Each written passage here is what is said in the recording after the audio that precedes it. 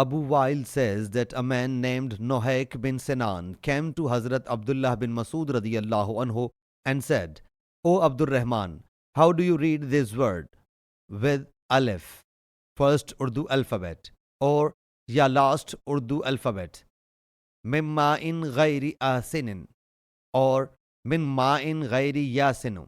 Hazrat Abdullah bin Masud radiyallahu anhu said, have you carried out research into all the Quran saves these words?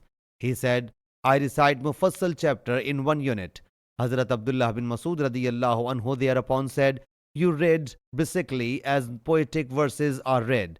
Undoubtedly, some people read the Quran, but the Quran does not go down their throat.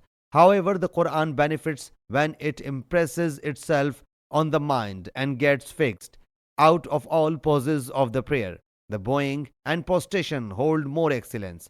I know those pairs of chapters of which Allah's Apostle sallallahu alaihi wasallam would recite 2 chapters combined in each unit. Hazrat Abdullah bin Masud radiyallahu anhu then got up, and Alqama following him also went out and said, he has informed me of it. Ibn Numair's narration says, a man from Banu Bijla came to Hazrat Abdullah bin Masud radiyallahu anhu. It does not say Nohek bin Sinan. Sahih Muslim Hadees number 1905.